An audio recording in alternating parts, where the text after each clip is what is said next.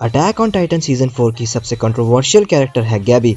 कुछ लोगों की वो इस सीजन में इंट्रोड्यूस हुए सारे कैरेक्टर्स में सबसे फेवरेट है, तो कुछ लोगों को उससे बेइंतहा नफरत है। फैंस के इस डिवाइडेड रिएक्शन को समझने के लिए हमें गैबी के कैरेक्टर को अच्छे से समझना पड़ेगा। तो गैबी की कहानी शुरू होती है मार्ले के वॉरियर कैंडिडेट प्रोग्राम से। मार्ले एम्पायर पर एक वॉरियर कैंडिडेट प्रोग्राम चलता है, जिसके अंडर छोटे बच्चों को ट्रेन किया जाता है एक टाइटन इनहेरिट करने के लिए। इन्हीं वॉरियर कैंडिडेट्स में से एक होती है गैबी। मार्ले आर्मी के वॉर चीफ के प्लान्स के अकॉर्डिंग गैबी या फाल्को में से किसी एक को राइनर का आर्मर टाइटन मिलेगा। गैबी के प्लान से मार्ले को 4 साल से चल रही वॉर जीतने में हेल्प मिलती है और गैबी को आर्मर टाइटन मिलना लगभग कंफर्म हो जाता है। अगले 2 से 3 एपिसोड में हमें पता चलता है कि मार्ले में एल्डियंस का कितना ज़्यादा ब्रेन वॉश हुआ है। गैबी हर दूसरे सेंटेंस में एल्डियंस को गरियाती है और उनको डेविल कहकर बुलाती है, लेकिन मेरा मानना है कि इसमें उसकी कोई गलती नहीं है। अब आप बोलोगे कालू भाई, फैल्को भी तो उसी के साथ बड़ा हुआ है, लेकिन वो फिर भी पैराडाइज आइलैंड वाले एल्डियंस का पॉइंट ऑफ व्यू समझने की कोशिश करता है। तो माय फ्रेंड, इसका रीजन है फैल्को का फैमिली बैकग्राउंड। फैल्को के अंकल एल्डिया रिस्टोरेशनिस्ट थे, लेकिन गैबी, जो मोस्ट प्रोबेबली राइनर की मॉम के साथ बड़ी हुई है, उसका ये सब समझना काफ़ी मुश्किल है, क्योंकि जैसा कि हमने देखा था, राइनर की मॉम मानसिक संतुलन सही नहीं है और वो खुद पैराडाइज आइलैंड के लोगों को डेविल्स बोलती है और उनका पर्सपेक्टिव समझने की कोशिश नहीं करती है। फैल्को के भाई कोल्ट को बीस्ट टाइटन मिलेगा ही और उनकी फैमिली ऑनररी मार्लेयन बनेगी ही, तो फैल्को का बीस्ट टाइटन इनहेरिट करना ज़रूरी नहीं है, लेकिन गैबी का बीस्ट टाइटन इनहेरिट करना ज़्यादा ज़रूरी है, क्योंकि ऑनररी मार्ले बनने के लिए उसका यही ऑप्शन है। गैबी के ओवर कॉन्फिडेंट और लाउड माउथ नेचर में एक तरह का डेस्परेशन भी दिखाई पड़ता है। गैबी की पर्सनैलिटी एक क्लासिक शोनेन प्रोटैगनिस्ट वाली है। वो बिल्कुल loud mouth, outgoing, hard working और गोल ओरिएंटेड है। इनफैक्ट वो सीजन 1 एरन की एग्जैक्ट कॉपी है।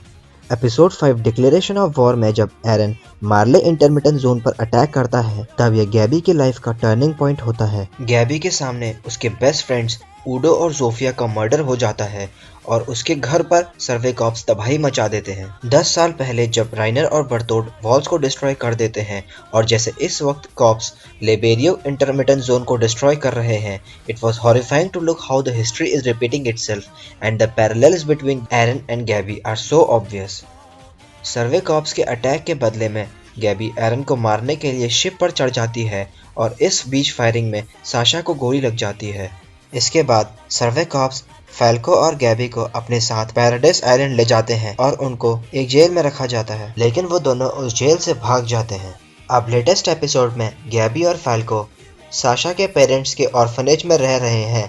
वहाँ एक लड़की जिसकी सीजन 2 में साशा ने जान बचाई थी, उसको पता चल जाता है कि गैबी और फैल्को मार्ले से आए हैं, लेकिन वो फिर भी उनका सीक्रेट रिवील नहीं करती है। इनफैक्ट वो गैबी का पर्सपेक्टिव चेंज करने की कोशिश करती है अपनी मदर की डेथ का रीजन बता के, और कैसे वॉल मारिया के टूटने से उनकी जिंदगी बदल गई। अब गैबी का वर्ल्ड व्यू चेंज होगा या नहीं, ये तो आगे के एपिसोड्स में क्लियर होगा, लेकिन इस सीजन में जितनी भी स्टोरीज इंट्रोड्यूस हुई हैं, उसमें मेरी पर्सनल फेवरेट है गैबी की। इन माय ओपिनियन, गैबी को हेट करने से पहले हमें ये रियलाइज करना होगा कि उसने हमारे साथ पहले के 3 सीजन नहीं देखे हैं और उसके पॉइंट ऑफ व्यू में सर्वे कॉप्स विलन है। कुछ लोग की फ्लॉक की मेंटालिटी थी जो गैबी को चलते प्लेन से नीचे फेंकना चाहते थे, तो कुछ लोग जीन की तरह थे जो समझते थे कि चाइल्ड सोल्जर जो खुद इस सिचुएशन के विक्टिम है, उन्हें मार के ना तो मार्ले को नुकसान होगा ना एल्डिया का फायदा। But at the end Gabi Survey Corps की दुश्मन है, तो हम फ्लॉक को भी गलत नहीं कह सकते। तो गैबी का वर्ल्ड व्यू चेंज होगा या नहीं,